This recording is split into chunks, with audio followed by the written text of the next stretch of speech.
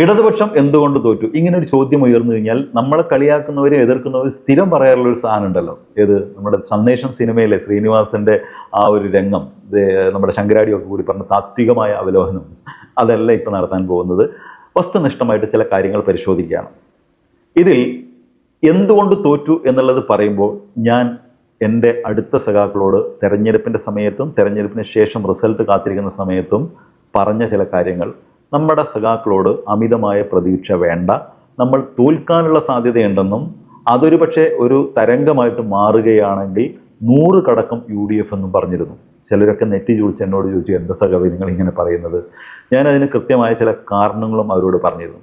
അതിൽ ഒന്നാമത്തേത്, നമ്മുടെ കേരള സംസ്ഥാനത്ത് മുന്നണികളെ മാറി മാറി പരീക്ഷിക്കുന്ന ഒരു രീതിയാണ് 2021 വരെ ഉണ്ടായിരുന്നത്. എന്ന് വെച്ചിട്ടുണ്ടെങ്കിൽ LDFനെയും UDFനെയും ഓരോ 5 വർഷം കൂടുമ്പോൾ മാറി മാറി പരീക്ഷിക്കുന്ന ഒരു 5-6% വോട്ടർമാരുണ്ടായിരുന്നു കേരളത്തിൽ.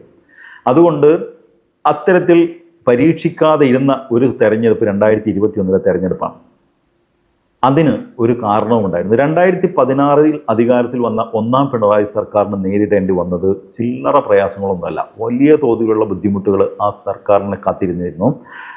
ഓഖി, നിപ്പ, 2 പ്രളയം, കൊറോണ അടക്കമുള്ള പ്രതിസന്ധികൾ ആ സർക്കാരിന് അഭിമുഖീകരിക്കേണ്ടി വന്നു. എന്നാൽ ആ പ്രതിസന്ധികളെ വളരെ കൃത്യമായിട്ട് സർക്കാർ അഡ്രസ്സ് ചെയ്യുകയും അഭിമുഖീകരിക്കുകയും അതിനെ മറികടക്കുകയും ചെയ്തു. മാത്രമല്ല 2016 ആ മുന്നണി അധികാരത്തിൽ വരുന്നതിന് മുൻപായിട്ട് ജനങ്ങൾക്ക് കൊടുത്ത 600ഓളം വാഗ്ദാനങ്ങൾ 90% കൂടുതൽ നടപ്പിലാക്കുകയും നടപ്പാക്കിയ വാഗ്ദാനങ്ങളുമായി ബന്ധപ്പെട്ട് ചരിത്രത്തിലാദ്യമായി ലോകത്തെവിടെയും ഇല്ലാത്ത രീതിയിൽ പ്രോഗ്രസ് റിപ്പോർട്ട് അവതരിപ്പിക്കുകയും ചെയ്തു എന്നുള്ളതാണ് ആ സർക്കാരിന് വീണ്ടും തുടരാൻ ഈ പറയുന്ന വിഭാഗം കൊടുത്ത പ്രിവിലേജ്. ഏറ്റവും പ്രധാനപ്പെട്ട കാര്യം ക്രൈസിസ് മാനേജ്മെൻറ്റ്, ദുരന്തത്തെ അതിജീവിക്കാൻ പറ്റിയ ഒരു സർക്കാർ എന്നുള്ള രീതിയിൽ ആ സർക്കാരിന് ഒരു തുടർ ഭരണം കൊടുത്തു. അതും കൂടുതൽ വോട്ടും സീറ്റും കൊടുത്തു. 99 സീറ്റിലേക്ക് എത്തിച്ചിട്ടാണ് ആ സർക്കാരിന് തുടർ ഭരണം കൊടുത്തത്. എന്നാൽ ആ പ്രിവിലേജ് പിന്നെ കൊടുക്കണ്ട എന്ന് സ്വാഭാവികമായിട്ടും 10 വർഷം കൊടുത്തില്ലേ, ഇനി വേണ്ട എന്ന് ആ വിഭാഗം തീരുമാനിക്കുന്നതാണ് ഒരു പ്രശ്നം.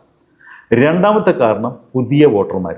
പുതിയ വോട്ടർമാർ എന്ന് പറഞ്ഞാൽ ഒരു പുതിയ വോട്ടറെ സംബന്ധിച്ചിടത്തോളം എത്രയാണ് പ്രായം? 18 വയസ്സ്. 18 വയസ്സുള്ള ഒരു വോട്ടറെ സംബന്ധിച്ചിടത്തോളം 10 വർഷം മുമ്പുള്ള ഉമ്മൻചാണ്ടിയുടെ UDF ഭരണം എന്ന് പറഞ്ഞാൽ അയാൾക്ക് എത്ര വയസ്സുള്ളപ്പോഴാണ്? 8 വയസ്സുള്ളപ്പോൾ. എന്ന് വെച്ചാൽ 3 മുതൽ 8 വയസ്സ് പ്രായമുള്ള, ഒരുപക്ഷെ അങ്കണവാടി തൊട്ട് LP സ്കൂളിൽ പഠിക്കുന്ന ആ പ്രായത്തിലുള്ള ഒരു പുതിയ വോട്ടർക്ക് അന്നത്തെ ഭരണത്തെക്കുറിച്ച് വല്ലതും അറിയോ? ഞാൻ അത് വിട്ടേക്ക്. 18 വയസ്സല്ല, 25 വയസ്സുള്ള ഒരു വോട്ടറെ സംബന്ധിച്ചിടത്തോളം അയാളുടെ പ്രായം എത്രയായിരിക്കും? അയാൾ UPയിലും ഹൈസ്കൂളിലും പഠിക്കുന്ന പ്രായം. എന്തെങ്കിലും ഓർക്കാൻ സാധ്യതയുണ്ടോ? ഇല്ലേ ഇല്ല. നമ്മളൊക്കെ 10ാം ക്ലാസ്സിലോ അല്ലെങ്കിൽ ആ UPയിലൊക്കെ പഠിക്കുന്ന സമയത്തുണ്ടായിരുന്ന സർക്കാരുകളെ കുറിച്ച് ഓർത്തു വെക്കാറുണ്ടോ? ഇല്ല. സ്വാഭാവികമായിട്ടും അവർ ഓർത്തില്ല. ഇപ്പം അവർ പുതിയ കാലത്തിൽ ആധുനിക സാങ്കേതിക വിദ്യയൊക്കെ ഉപയോഗിക്കുന്ന കാലത്ത് അവർ അഭിരമിക്കുന്നത് മറ്റ് ചില മേഖലയിലാണ്. റീൽസിലും അതേപോലെ തന്നെ ഷോർട്സും കണ്ടുകൊണ്ടാണ് അവർ ജീവിതം മുന്നോട്ട് പോകുന്നത്. അവർ ഇത്തരം കാര്യങ്ങളോട് പലപ്പോഴും മുഖം തിരിഞ്ഞു നിൽക്കുന്നവരാണ്. അവരിലേക്ക് നമ്മൾ ഇത് എത്തിച്ചിട്ടില്ല. അങ്ങനെ പറയാൻ പറ്റുമോ സഖാവേ? നമ്മൾ ഉമ്മൻചാണ്ടിയുടെ ഭരണകാലത്തെക്കുറിച്ചുള്ള ആ ദുരന്തകാലത്തെ, ആ ഇരുണ്ട കാലത്തെയൊക്കെ നമ്മൾ ഇഷ്ടം പോലെ അന്നത്തെ ചാനലുകൾ വന്ന വാർത്തയൊക്കെ വെച്ചുകൊണ്ട് ഷോർട്സും വീഡിയോസും റീൽസൊക്കെ തയ്യാറാക്കിയില്ലേ? ശരിയാണ്, തയ്യാറാക്കിയിട്ട് നമ്മൾ എവിടെയാണ് പ്രചരിപ്പിച്ചത്? നമ്മുടെ ചില വാട്സപ്പ് കൂട്ടായ്മകൾ അല്ലെങ്കിൽ സോഷ്യൽ മീഡിയ കൂട്ടായ്മകൾ ഉണ്ടാവും, നമ്മുടെ സഖാക്കൾ മാത്രമല്ല, അതിനകത്ത് കൊണ്ടുപോയി പോസ്റ്റ് ചെയ്യും. അതിനപ്പുറത്തേക്ക് നമ്മൾ ചെയ്തിരുന്നോ? അത്യപൂർവമായിട്ട് ആരെങ്കിലും ചെയ്തിട്ടുണ്ടാവുമായിരിക്കും. പക്ഷേ കുടുംബ ഗ്രൂപ്പുകളിൽ നമ്മൾ ശ്രദ്ധിച്ചേയില്ല. കുടുംബ ഗ്രൂപ്പുകളിൽ ആരെങ്കിലും രാഷ്ട്രീയം പറയുമോ? അത് കുടുംബകാര്യങ്ങളൊക്കെ ചർച്ച ചെയ്യാനുള്ള ഗ്രൂപ്പല്ലേ. പക്ഷേ മറ്റവർ അഥവാ UDF, അപ്പുറത്ത് BJP ഒക്കെ ആ കുടുംബ ഗ്രൂപ്പുകളിലും കൃത്യമായ രാഷ്ട്രീയം അവതരിപ്പിച്ചു, പ്രീ പ്ലാൻഡ് ആയിട്ട് അവതരിപ്പിച്ചു. വലിയ വസ്തുതാവിരുദ്ധമായ കാര്യങ്ങളും നുണകളും ഇത്തരം ഗ്രൂപ്പുകളിൽ, നമ്മൾ ശ്രദ്ധിക്കാത്ത ഇത്തരം ഗ്രൂപ്പുകളിൽ അവർ കൃത്യമായി അവതരിപ്പിക്കുകയും ബോധപൂർവം ഇടപെടുകയും ചെയ്തു. ഞാൻ എൻ്റെ ഒരു കുടുംബ ഗ്രൂപ്പിൽ കയറി നോക്കുമ്പോൾ ഭയങ്കര രാഷ്ട്രീയം, ലീഗിൻ്റെയും കോൺഗ്രസിനെയൊക്കെ സപ്പോർട്ട് ചെയ്തുകൊണ്ടുള്ള പോസ്റ്ററുകൾ, ചെറിയ ഷോർട്ട് വീഡിയോസ്, വസ്തുതാപരമല്ലാത്ത കാര്യങ്ങളൊക്കെ പോസ്റ്റ് ചെയ്യുന്ന കണ്ടപ്പോൾ ഞാൻ ഇടപെട്ട് തുടങ്ങി. ഉപോത്പകമായ വസ്തുതാവിരുദ്ധമായ കാര്യങ്ങൾക്ക് വിരുദ്ധമായി വസ്തുതയടങ്ങുന്ന ചില പത്രവാർത്തകളും വീഡിയോസൊക്കെ കൊണ്ടിടാൻ തുടങ്ങി, പ്രതിരോധിക്കാൻ തുടങ്ങി, ചില കാര്യങ്ങൾ ആ ഗ്രൂപ്പിൽ പറയാൻ തുടങ്ങിയപ്പോൾ അതിൻ്റെ അഡ്മിനായിട്ടുള്ള എൻ്റെ ബന്ധു വന്നിട്ട് പറഞ്ഞു, നമ്മളിത് കുടുംബ ഗ്രൂപ്പല്ലേ, ഇതിനകത്ത് രാഷ്ട്രീയം വേണം. നോക്കൂ, എത്രയോ കാലമായിട്ട് ഞാൻ സ്ക്രോൾ ചെയ്ത് നോക്കുമ്പോൾ എത്രയോ കാലമായിട്ട് അതിനകത്ത് രാഷ്ട്രീയം പറയുന്നുണ്ട്. പക്ഷേ ഞാൻ അതിനെ കൗണ്ടർ ചെയ്തപ്പോൾ അവർക്ക് തോന്നി ഇത് നേരെ ഘടകവിരുദ്ധമായിട്ട് മാറാൻ സാധ്യതയുണ്ട്, അതുകൊണ്ട് ഇതിനകത്ത് രാഷ്ട്രീയം വേണ്ട എന്നവർ തീരുമാനിക്കുന്നു. ഇത്തരത്തിൽ എല്ലാ കുടുംബ ഗ്രൂപ്പുകളെയും UDFന്റെ പ്രചരണായുധമായിട്ട് അവരുപയോഗിച്ചു. അത് നമ്മൾ ശ്രദ്ധിക്കാതെ പോയി. നമ്മൾ ഇരുണ്ട കാലം എന്ന് പറഞ്ഞ് ഉമ്മൻചാണ്ടിയുടെ ഭരണത്തെക്കുറിച്ചുള്ള വസ്തുതാപരമായ കാര്യങ്ങൾ നമ്മുടെ ഇടയിൽ മാത്രം പ്രചരിപ്പിച്ചു എന്നുള്ളത്. പുതിയ വോട്ടർക്ക് ഈ കാര്യങ്ങളൊന്നും മനസ്സിലായില്ല. അവനിലേക്ക് എത്താൻ ഒരു സാധ്യതയുമില്ല.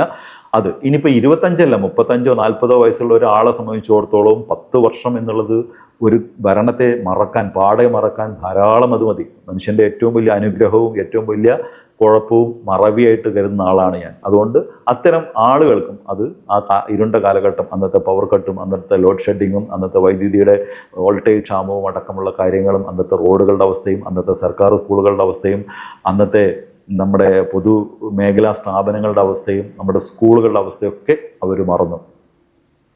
അതുകൊണ്ട് അതും ഒരു കാരണമായി. ഇതൊന്നും അവരിലേക്ക് എത്തിക്കാനുള്ള നമ്മുടെ ഈ മീഡിയ സംവിധാനങ്ങൾ കൃത്യമായി ഇടപെടുന്നിടത്ത് നമ്മൾ പരാജയപ്പെട്ടു. ഇത് മനസ്സിലാക്കിയിട്ടാണ് രണ്ടാമത്തെ കാരണമായിട്ട് ഞാൻ കണ്ടത്. മൂന്നാമത്തത് നമ്മളെല്ലാം കരുതുന്ന പോലെ സാമുദായികമായ ധ്രുവീകരണം നടന്നു.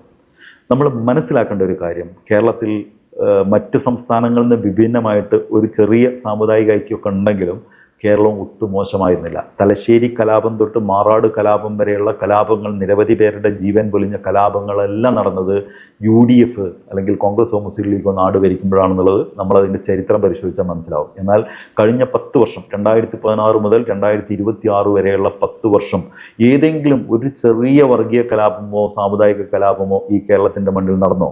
ഇല്ല. എന്തുകൊണ്ടാണ്? ഇത്തരം എല്ലാ കക്ഷികളെയും അകറ്റി നിർത്തിയിട്ടാണ് ആർക്കും ഒരു തരത്തിലുള്ള മൂക്കയറും ഇട്ടിട്ട് പിടിക്കാൻ പറ്റാത്ത രീതിയിലുള്ള ഒരു ഭരണ സംവിധാനമാണ് ഇടതുപക്ഷത്തിൻ്റേത്.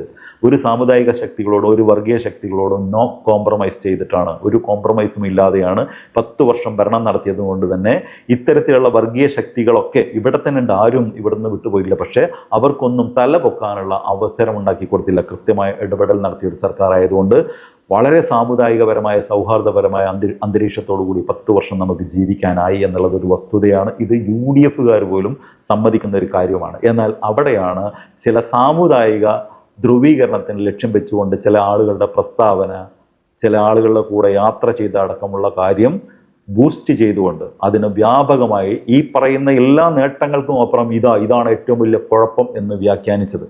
അപ്പുറത്ത് കേന്ദ്ര സർക്കാർ നടപ്പിലാക്കിയ SIR അടക്കമുള്ള കാര്യങ്ങളുടെ കാരണക്കാർ ഇടതുപക്ഷമാണ്, പിണറായി ആണെന്നുള്ള രീതിയിലുള്ള വ്യാപകമായ നുണകൾ പ്രചരിപ്പിച്ചു. ഇതെല്ലാം നമ്മൾ കൃത്യമായി നിരീക്ഷിക്കാതെ ഇടപെടാതെ പോയതിൻ്റെ ഒരു കാരണം കൂടി തോൽവിക്ക് കാരണമായി. മറ്റു ചില കാരണങ്ങൾ നമ്മൾ ഇപ്പോൾ ഇതുമായി ബന്ധപ്പെട്ട് പലരും പറയുന്നുണ്ട്, ഇനിയും നമ്മൾ ഈ EVM അതായത് ഇലക്ട്രോണിക് വോട്ടിംഗ് മെഷീനുമായിട്ട് മുന്നോട്ട് പോകേണ്ടതുണ്ടോ? മറ്റ് പല സംസ്ഥാനങ്ങളിൽ ഇപ്പോൾ നടന്ന തെരഞ്ഞെടുപ്പുകളിലൊക്കെ നമ്മുടെ സാമാന്യ യുക്തിക്ക് ഉൾക്കൊള്ളാൻ പറ്റാത്ത രീതിയിലുള്ള ചില കാര്യങ്ങളാണ് അവിടെ നടന്നത് എന്നുള്ള കാര്യങ്ങളും, കേരളത്തിലെ ഇടതുപക്ഷത്തിൻ്റെ പരാജയവും വലതുപക്ഷത്തിൻ്റെ വിജയവും സാധാരണ യുക്തിക്ക് ഉൾക്കൊള്ളാൻ പറ്റാത്ത രീതിയിലാണ് ചില ആളുകളുടെ ഭൂരിപക്ഷം, ചില ആളുകളുടെ പ്രവചനം, ഈ സീറ്റിൻ്റെ നില എന്നുള്ളതൊക്കെ പുറത്തു വരുന്നുണ്ട്. ഇപ്പോൾ തെരഞ്ഞെടുപ്പിന് മുമ്പ് VD സതീശൻ പറഞ്ഞ ചില കാര്യങ്ങൾ നമ്മൾ ചേർത്ത് വായിക്കേണ്ടതുണ്ട്.